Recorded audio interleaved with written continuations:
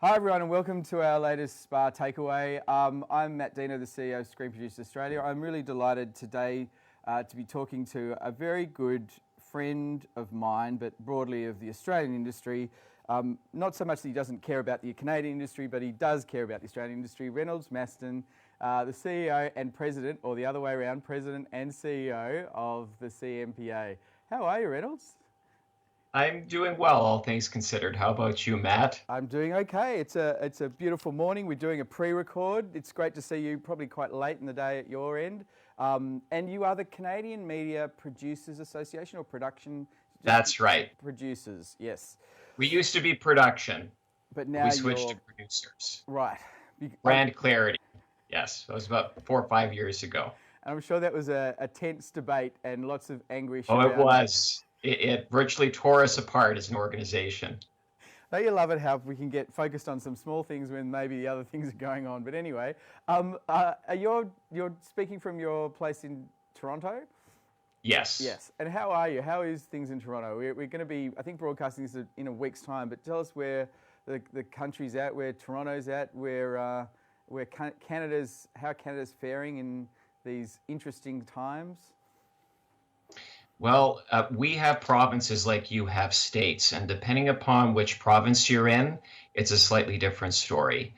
Toronto is located in the biggest province in Canada by population. It has about 14.5 million people, the province of Ontario.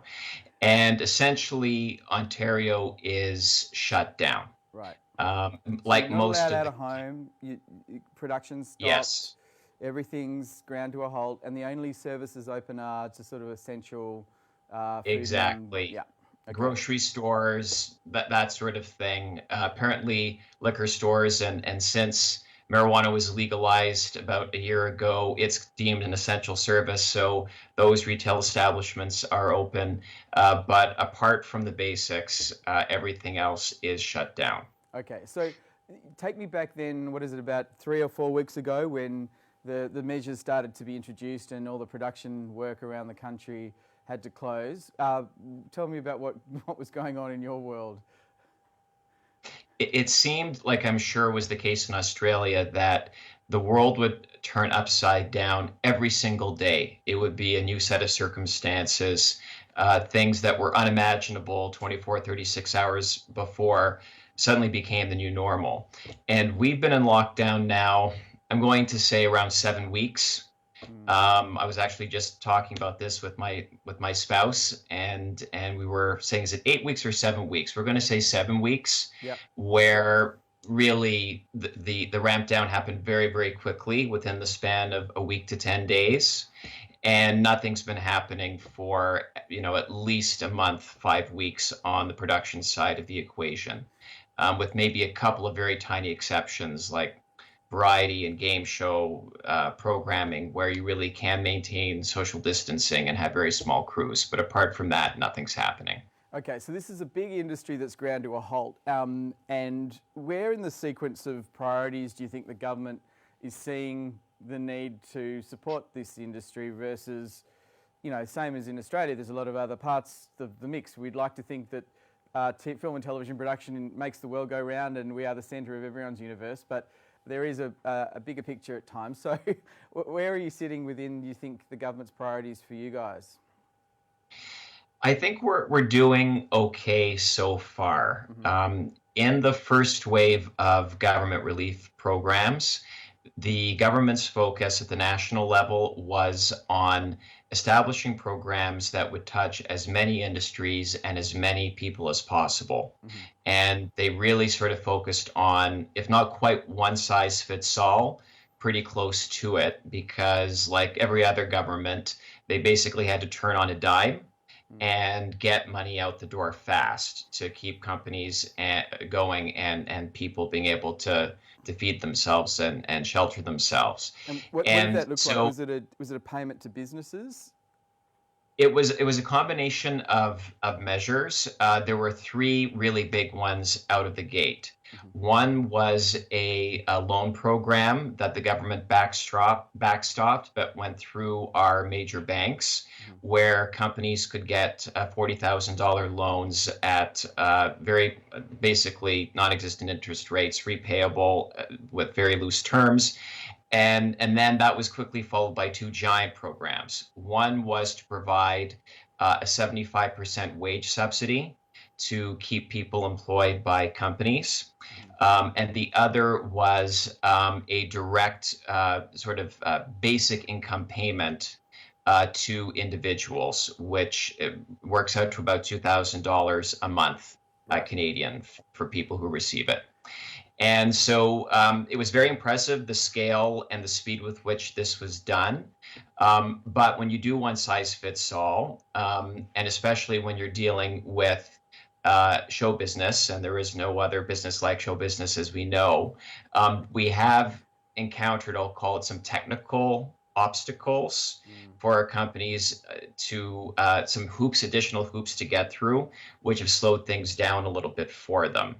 And I won't even bore you with the details of those because they are so technical, and we think they'll get worked out because the intention was not to exclude production companies from these big programs. But in part because of that, the government subsequently announced a $500 million relief package for the arts and cultural sector writ large. And we expect the film and television production sector to get a decent chunk of that money. The specifics are being announced in about 24, 48 hours from now, we've been told. Okay, but so that we deal with that third one, that is likely to be either money to Telefilm or the CMPA, CMF, or that I sort would of love it if it came distribution. to the CMPA, but yes, I think it's a yes, money directly we'd to be your happy account. to administer it. Yeah. So yes, it's going to go through Telefilm Canada, which finances Right. Canadian feature film, and the Canada Media Fund, which primarily, but not exclusively, finances television and digital content. I want to spend some time unpicking a bit of your policy framework. So it's a bit of exciting for both of us, I'm sure. So Reynolds, with regards to the program that supports the workforce in a continuing basis, we're finding there's a challenge with comparing a year-to-year economic situation for our production businesses, and part of that is that our income streams are so lumpy, and also that the workforce that you'd normally say would be permanent within different parts of the economy or assigned to businesses in different ways is really a pooled resource. So it's in many situations the contracting nature of the crew and all of the parts of the sector are sort of falling through the cracks of this program. What's happening in Canada? We've encountered exactly the same issues. Okay. And I think it's why, in part, the federal government moved forward with this relief package specific to our industry so that they could provide a bit more flexibility in terms of the eligibility criteria, recognizing the very things that you're talking about. Okay, and let me just talk. One of the things that I was interested in, you guys decided to kind of unify pretty quickly around a task force. Do you want to just talk about what prompted that and how it's formed and what it's doing? Sure. We saw pretty quickly, I think, across the industry, certainly at the CMPA, that given the all-encompassing scale of the impact of COVID-19 and the need to coordinate and share information as quickly as humanly possible, we really needed some kind of forum to do that. And as fate kind of had it, I've ended up chairing this task force, and it basically is comprised of all of the industry associations across the country, the unions and guilds, the provincial agencies. We make sure that we have federal representation as well. Certainly with Telefilm and the CMF, they are always active participants, usually leading a lot of the conversations. And we've even had our minister, Stephen Guilbeault, come and spend time with the task force via Zoom to talk about what his government has been doing and to get feedback on the programs that have been announced so far and what tweaks need to be made in order for them to work better for our sector. So the sort of programs we've been talking about. And Yes. one of the, look, from our perspective, we've tried to do, I think, a continuing task force idea. We've had a group that's had a call across different parts of the sector, from broadcasters to exhibition to different parts of the production industry. But it hasn't, I suppose you've got a term that you're trying to give it, right? You're giving this a set of tasks and an outcome that you're trying to deliver, or is that part of the problem now that you set something up as to what it then leads to? So, interestingly, and quite, I'm sure, counterintuitively, we don't have broadcasters as participants in this task force. We're having conversations with broadcasters, of course, but this was focused more purely on the production side of the sector. And because it is quite a large group of stakeholders, we've got, I'm going to ballpark it, around 60 organizations that are participating in it. What we've decided, at least for now, I think this could change as we sort of get more comfortable with the format and the numbers. Its primary focus has been on information exchange and raising issues and figuring out, who is best placed to address those issues, or do we need to set up a new working group that will help address these issues? So to give you an example of this, health and safety. All right. We probably would find it challenging with 60 plus organizations to collectively work out what new health and safety protocols are going to be needed for the industry. So what has ended up happening is we are piggybacking off of existing committees that have been around a long time, that have producer and union and guild and Ministry of Labor representation to do that heavy lifting of coming up with new guidelines. And then those will be shared and disseminated across the country so that everyone can make use of them. Let's go into the deep dive on around safety and other work practices in terms of the return to work in a second. But I also wanted to just see how you're travelling with the amount of demand on your time, because I don't know if you're like me, but there's not only all the external stakeholders that you're managing, as probably 90% of your time is an external, trying to manage all that. They are all wanting to engage with you. But the membership is, first of all, they've got a lot of time, and they're, of course, like any small business owner that's out of work, are incredibly stressed and anxious. So how are you finding that juggle of your capacity to be communicating with everyone in the way, I guess we're talking about the external being managed partly through a call, but how are you managing the internals in your organisation at the moment? Well, producers are a very action-oriented bunch, as we know. And now that the regular source of action isn't happening, there's a huge desire to be a part of the rebuilding effort and to figuring out what we collectively are going to need in order to be successful in a post-COVID world once things begin opening up gradually again. And so I'll tell you, in the first few weeks, it was really, we were all just in crisis management mode. I heavily relied on our board, who had never met as frequently as they did in the first 6 to 8 weeks of this thing. And we have an executive committee, which also then got mobilized.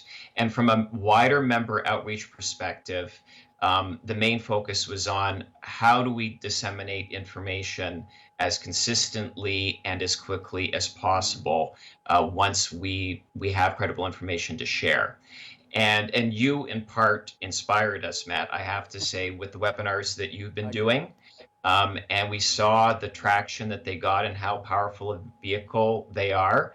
I don't have the same magnetic camera presence as you do, so I've been sort of relying on a lot of other members of the staff to do a lot of the hosting, and I think that's worked out well for all concerned.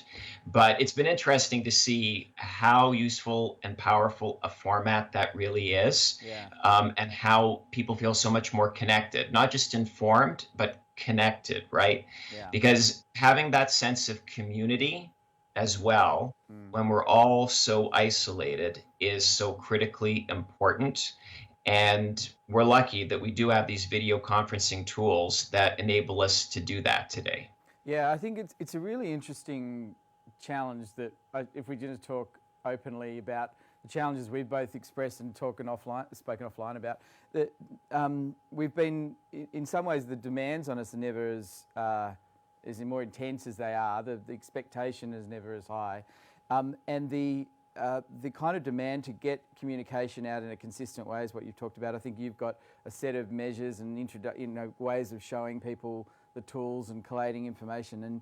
But I think that, and there was all the challenges of shutting down productions, but I want to just focus on what you just said about community, because I think producers themselves feel responsible for the community of the workforce that they develop, and are very themselves minded about keeping the talented people that everyone works with, connected and informed as well. And from our perspective, I think we felt that we needed to do something like this public exercise, so that everyone could buy into a conversation and engage and feel an opportunity to understand a little more and share the problems of the world. And we do some specific, webinar series for our members as part of this. But this open conversation has been, I think, very productive for people to feel, energised by the fact that we're not in this on our own. We've got a lot of challenges ahead, and we're all sharing the load. So that's part of it. But I think you're doing a great job yourself, and I have noticed some of the work you've been doing as well. So congratulations. I think if we just talk a little bit about the back to work plans and challenges, one of our soap operas went back to work. It'll be, I think, 2 weeks ago now, as a first drama production that could reshoot or get back into production. It was a little different than a normal drama in the sense that it was in its own studio. It had its own team of people that know each other really intimately, and a soap opera can weave and change courses. If there's a challenge or an obstacle, someone can get written out of a script for a period, or die of a mysterious car accident or something like that. So there's ways to kind of be adaptive in that situation. But of course, a lot of dramas aren't.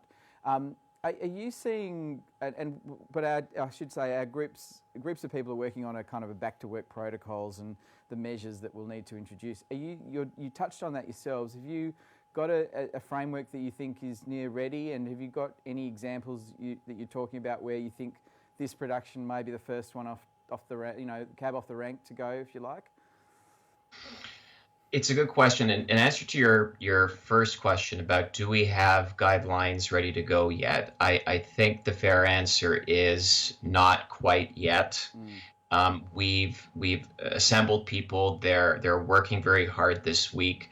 Our goal is to have them finalized, approved, whatever approved means in this context, and being potentially used by the wider industry by June 1st. And there's been a little bit of talk, particularly on the West Coast in British Columbia, that some production might even resume a little bit before June 1st.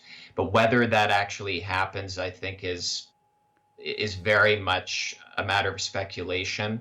And I think that most people are betting that the earliest probably is sometime in June. And then, of course, the question is, what does that look like? Because you're right.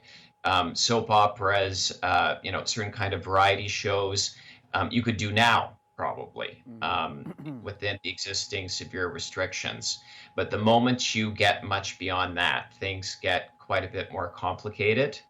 And so one of the things we've been trying to figure out, in addition to what the protocols need to be, is how are we going to pay for them, right?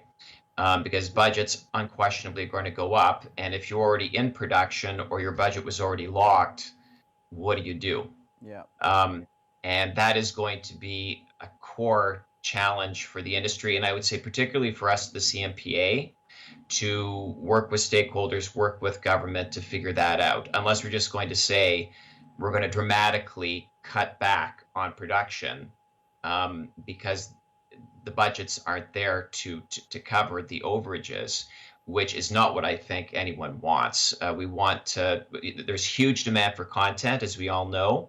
It would be a huge missed opportunity to not be meeting that demand because we don't find a way to finance these additional costs that are health and safety related. So just to touch on that additional expense, have you done a calculation per production about what you imagine an additional budget uplift will be?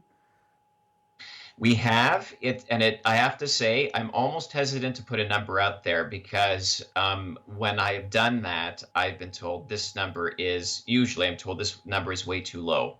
So when we look at the average, I'm not surprised. yes, and it might be, right? Because all of these things are evolving situations, and we're making these assumptions without even knowing concretely what all these health and safety protocols are going to be. So they truly are guesstimates, but we said, the average cost could be in the range of, say, $300,000 per production, but that's an average, right? And for certain smaller scale productions, it may be lower. For larger budget dramas, it may be much, much more than that average, like easily double that. This is for additional time taken to do shoot setups, inefficiencies around locating people, maybe time set aside for quarantining, nursing, sanitisation, all of those things. All right. Rewrites, all that kind of stuff, yes. Yeah. All right. I just want to bang through the kind of other quick exercises that everyone is talking about, of course. Insurance. I assume you've now solved this and Canada has no problem with insurance. Well, we're counting on the investigation that your Minister Fletcher is doing into this. I read the announcement, and that's very reassuring, not only to Australian production companies, but to Canadian ones as well. I see this one-upmanship going on. I don't know. Now you're into the right banter. Yes, that was in the press this week. Probably it'll be a week later by the time this goes to air. But so there has been representations made, but it is a problem, right? You've got to have some way of giving, if you're a small business proprietor, there's no way you're going to take on the risk of this pandemic affecting all of the financing that you're already shouldering huge pressure. You don't want to take this on. So the government needs to step in some way, or else we're all going to be sitting and twiddling our thumbs for a while.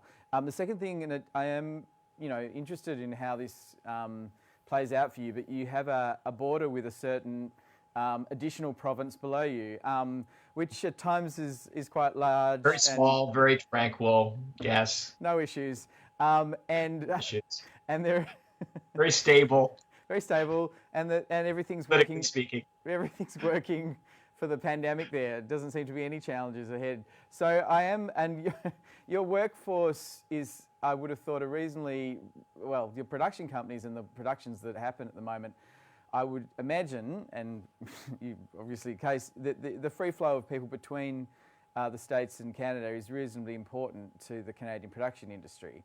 And I don't know how much you'd say is important, but I'd say it's very, very important. And you've got a challenge of a potentially different set of health considerations that are playing out below Canada.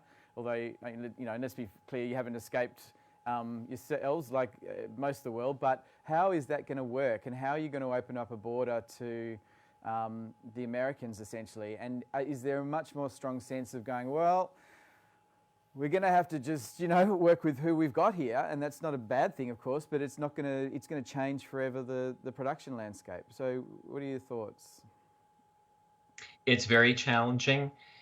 Certainly, there are domestic productions that could, if the restrictions were lifted tomorrow, just within our borders, could ramp back up or find ways to make it work. But there are other domestic productions where that would be very challenging if the U.S. border isn't opened up. And obviously for pure service production, which makes up a good chunk of production in Canada. How much is that chunk? It's probably in the range right now, based on our numbers that are slightly dated, but I would say around 60%. 60% is service. So yes, wow. There's been in the past 5 years, roughly a flip. It used to be 60% domestic, say 5 or 6 years ago, 40% service. And now we've seen the opposite happen. And that's a combination of the domestic market, I'll call it shrinking, less demand by Canadian broadcasters in particular, less spending on domestic production, coupled with the fact that because we're right next door to the world's entertainment superpower and have a competitive dollar, incentives, crews, all the rest of it, we've attracted ever greater levels of service production year after year after year. Okay. So for those productions especially, it would become, if not extraordinarily challenging, probably in many cases impossible to resume if there wasn't some way of getting key personnel from the States back into Canada. So what's being foreseen here? Because this wouldn't just be a production industry specific exercise with the border with the United States. We are looking at, there's a national cabinet meeting today, previous week, by the time this goes to air, with Jacinda Ardern to sort of look at New Zealand and Australia opening up in the future because of the relatively mild circumstances, and we've all contained, I think we've, touch wood, we feel like we've contained the pandemic. I don't know that there's that confidence about the United States globally operating with a contained pandemic environment. So how is this going to work with the important border? Like, there must be ongoing conversations in every newspaper and bulletin around this. So what is being discussed? How will it work? Well, from what we hear, and nothing has been definitively confirmed, is that the federal government is going to take a lot of guidance from the individual provinces in terms of what each province says it needs in terms of temporary foreign workers, again, primarily Americans coming across the border, who they are going to identify, the provinces are going to identify as key priority workers who should be allowed in first, essentially, before others.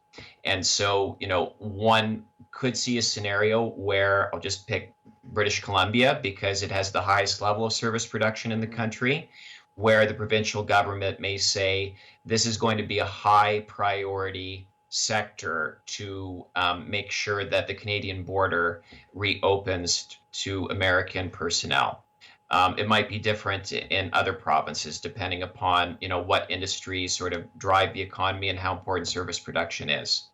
In the service provider category, or there's a few of them? I guess I'm trying to understand the mix.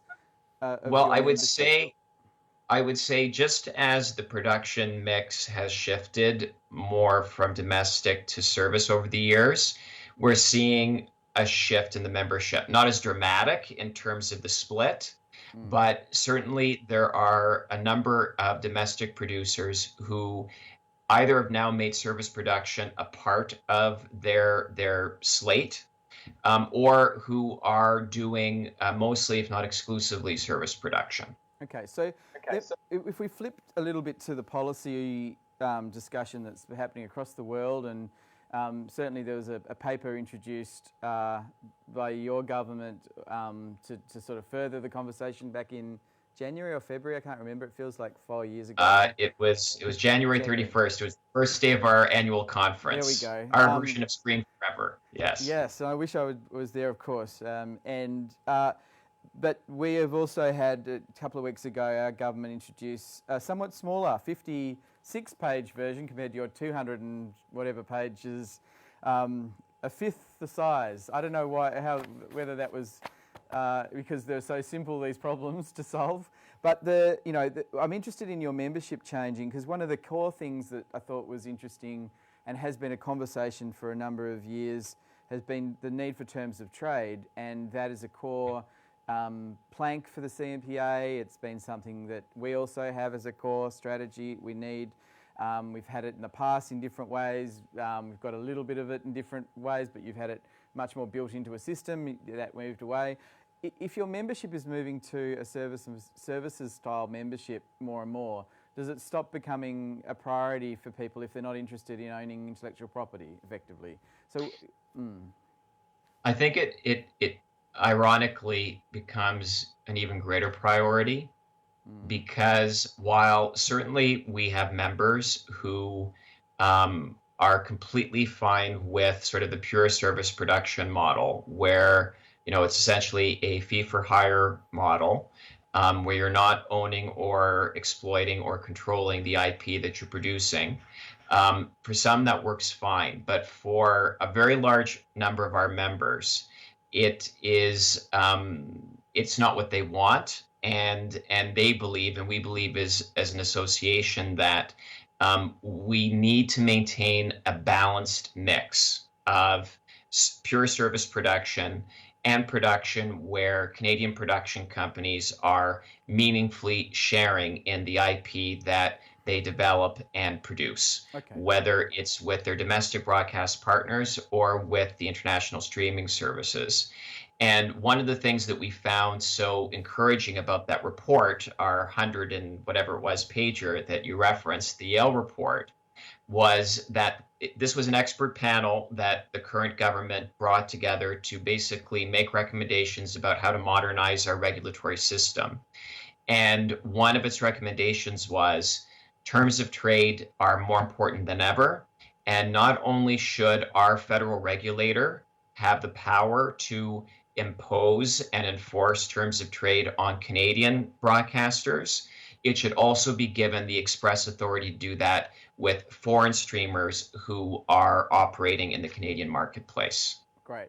I mean, I thought that was a really fantastic recommendation. Of course, I'm interested in where you're at in that process now, given that there's a reasonable interference in what would otherwise have been a normal process. So do you want to just update us about how things have moved, ignoring COVID-19 for a second? What was in train post that report?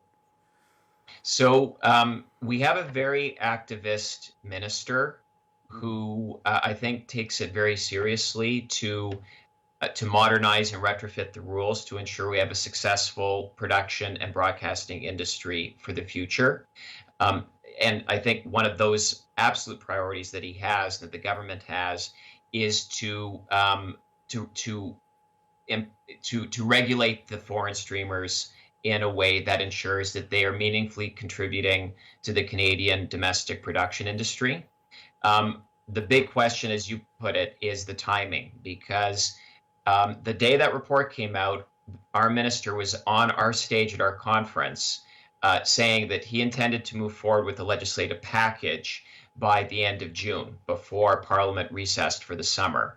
Now that everything 25 hours a day is about COVID-19 and only about COVID-19, I think we're all assuming that it's unlikely that that deadline is going to be met, because it just can't be in the current circumstances, and that we're probably looking at sometime in the fall when things begin to normalize, whatever that will mean in a post-COVID environment. And we'll just have to wait until then. Just tell us, though, the challenges of what you were seeing perhaps after that report dropped, because I think it's true for us. I don't know if we've got quite the same. Well, we've had recommendations in reports to regulate streaming services now for a number of years, and we've had this options paper which looks at a couple of options at least for regulating the streaming services. Not a commitment specifically from the government yet to do that, but it seems to come off with a lot of trade-offs at the moment, and you've seen the effect of some of the decisions the government's made to alleviate pressure on the current system by suspending some quotas, and there's an ongoing conversation about how that actually works in practice and the effect it'll have on our industry. But it sent a shiver up a lot of people's spines that this is, at what cost are we having we haven't yet got the SVOD regulation in place, but at what cost is this going to create for our production businesses? What's the framework? What reductions, if any, in the framework will be allowed by this government and your government? Is that something that you're really attuned to and concerned about? Absolutely, because there is a risk that the government, in an effort to ensure that all stakeholders feel that their expectations have been met, in modernizing the system would take steps, for example, to reduce the obligations that the Canadian domestic broadcasters currently have to partner with the production sector and create and broadcast Canadian content. And of course, those broadcasters, since time immemorial, have been demanding regulatory relief. But now, of course, under COVID-19, they will have arguably more quivers in the bow that they can use. I hope I got the right Yeah, I think you terminology did. used there, Don't worry, it's Matt, late. but It's early. in any event. My apologies. That Is your is my dinner ready? spouse cooking downstairs. We have a very sensitive smoke and heat detection system. This is The Marla screen will and her go blank worst. for a moment. This is an emergency test of our broadcast system. Marla says, sorry, Matt. That's all right. See what happens when you talk about broadcasters, alarms go off in your house. You've got to be very careful. Because they're listening. Yes. That's right. So yeah, there is a risk there. And There is definitely a risk there. Has there been a similar attempt to look at, reducing obligations currently in the circumstances for COVID-19 and the obligations that they have and disrupted supply that will be going on?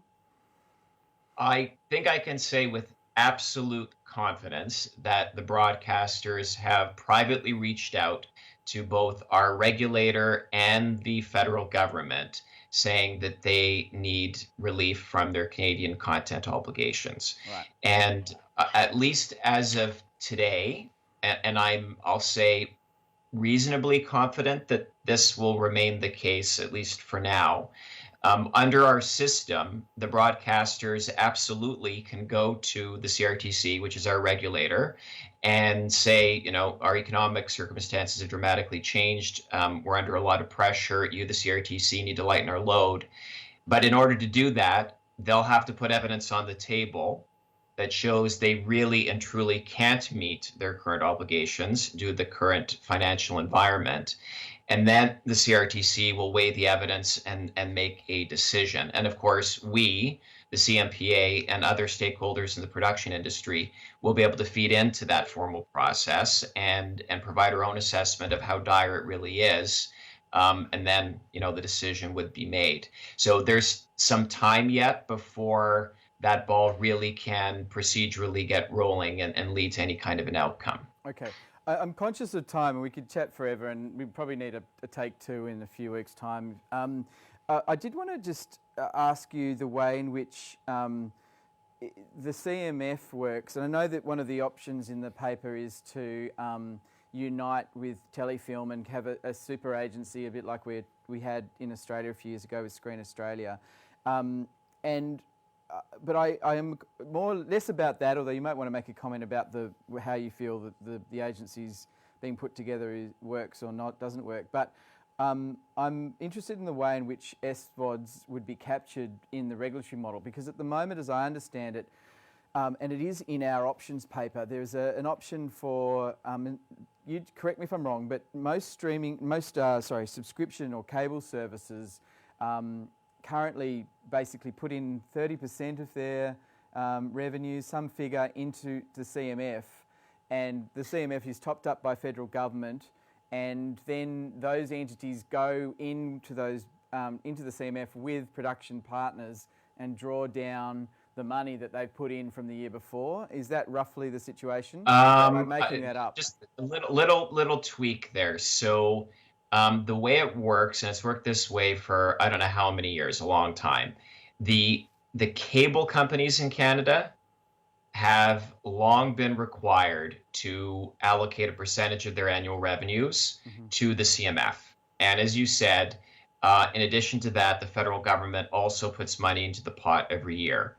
And as people have cut the cable cord and consume more and more content through, their ISP provider or wireless, those cable revenues have declined. And so the contribution that those players have made, even though they're the ones that actually also own the ISP pipes and provide the wireless services, those contributions to the CMF have also gone down. Okay. So currently, no streaming services, foreign or domestic, directly contribute to that pot of money.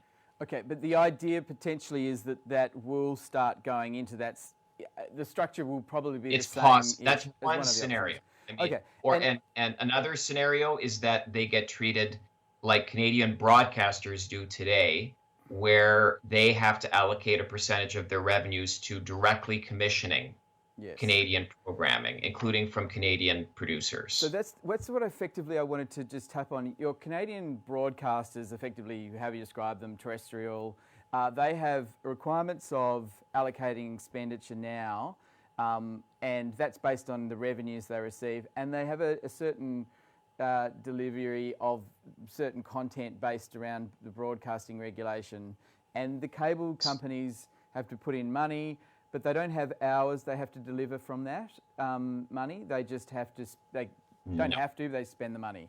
Okay, so you've got one of the debates, and I get to this, is the degree to which the whole of our industry is comfortable with an expenditure only based model across all entities that's roughly the same in terms of percentage or something, versus maintaining an hour commitment effectively, a sort of a requirement to produce certain hours of content and in certain genres. And I think that we're conscious of losing that quantity of content if we don't have an hour regulation sitting in there somewhere with our broadcasters. So anyway, it's interesting that you guys have essentially got that model now. So you'd be looking probably to expand the current model, not change it too much in your strategy, include the SVODs through probably the same vehicle by which the cable networks are captured, and have that as a mechanism. Is that right? Yeah, that's about right. And I think one of the big questions is there just one contribution mechanism, or do you look at a basket of measures? So, you could have the streamers contribute a percentage of their Canadian revenues to the CMF, to that fund. But at the same time, you could say, and in addition to that, you need to commission a certain number of hours of Canadian content or allocate a certain percentage of your revenues to Canadian content. And our view right now is that the government should not shut the door to any option. They should give the CRTC the authority to figure out what the best basket of measures is, and leave it to then implement those. Okay. So I think you have a trusted sort of process with the CRTC that gives you confidence about that working. Not sure if we'd have to have similar process if we were going to go down that path where we could submit and there would be a fairness and an arm's length nature and all of those things that we'd want to make sure happen.